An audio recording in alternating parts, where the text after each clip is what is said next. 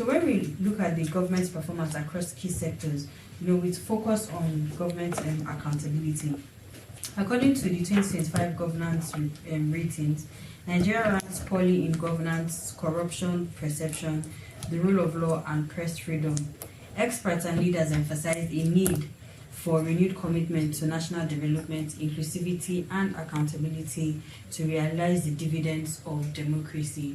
So when we look at government accountability, where do we need to start? Where do we approach this from, especially in terms of holding the government accountable, or even the government themselves being accountable? Accountability starts from transparency. If we don't have a transparent system, the basis of accountability will be limited.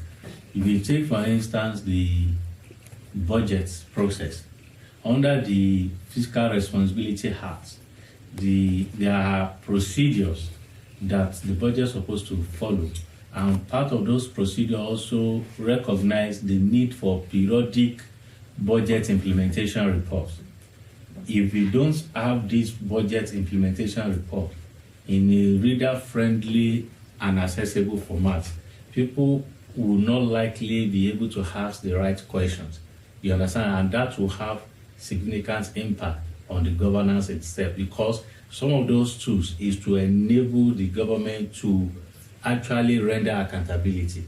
If you cannot render account to the people on the stewardship of the trust that have been endowed with, you have these kind of challenges. And that is why you see other rating agencies like Transparency International report, Corruption Perception report, Nigeria has not performed significantly.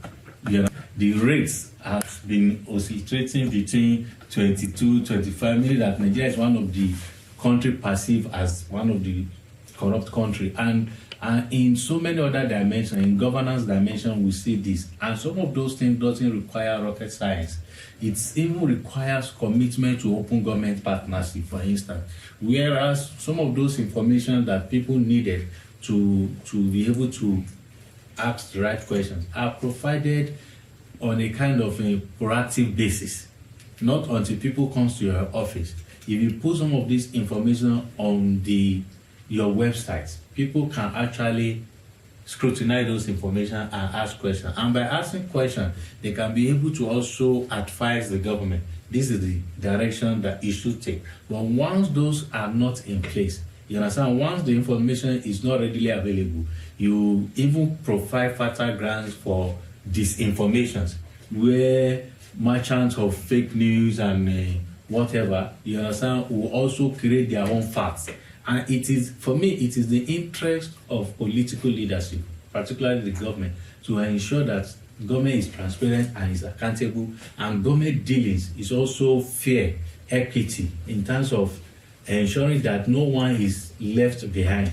When you do public policies and programming, and you are not carrying the people along, we've seen that it is one of the challenges we have seen, because we have seen the disparity in terms of what the people actually need and what government is also putting on the table. That is why I said just a short while ago that democracy will work better from bottom-up approach, where communities or groups put to the table what they consider as the prioritized needs of that community. And government will now look, based on the resources available, which of these needs can we take, or how can we aggregate some of those needs and see the kind of resources available. Because sometimes too, we take it for granted that governments have all the resources.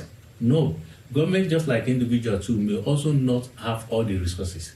But if government is transparent enough, they can be able to expand consultation. And one thing with Nigeria, they easily buy, you understand, the government excuses sometimes. If you are transparent and if you put all the information to the people, you can be able to have a kind of a policy concession and build legitimacy in terms of the policy choice the government is taking. Without that, you now have this kind of intervention we see where a single statement change the entire political economy of the society. And up to now, people have not been able to to find themselves manage the situation effectively.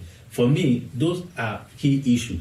Accountability is key, but how do we drive accountability without transparency, without openness? You understand? These are core issues, and it begins with the appropriation. Budget is central.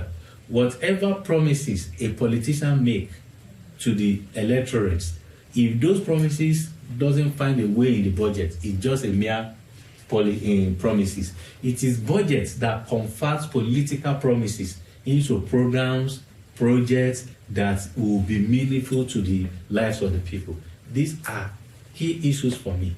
There is need to be increased transparency. There is need to be increased honesty by the leaders, the political elites, the political leadership, to be honest with the people. When you do this, you understand, people will be able to also have sympathy for you. But if you are not honest, if you are not honest, if you are not providing information on a proactive basis, you understand, you have misgivings. And those misgivings are also what serves as a fertile ground for disinformation and misinformation. And some of the people who are experts in that area will tell you it is very, very key. We need to improve our governance. And in improving the governance, responsiveness is a key element of governance. A rule of law is a key element. There are so many elements of good governance. Until you don't see this thing as abstract, you see that concrete roadmap or concrete mechanism for you to be able to really deliver the dividends of the democracy to the people. You won't be able to do those things.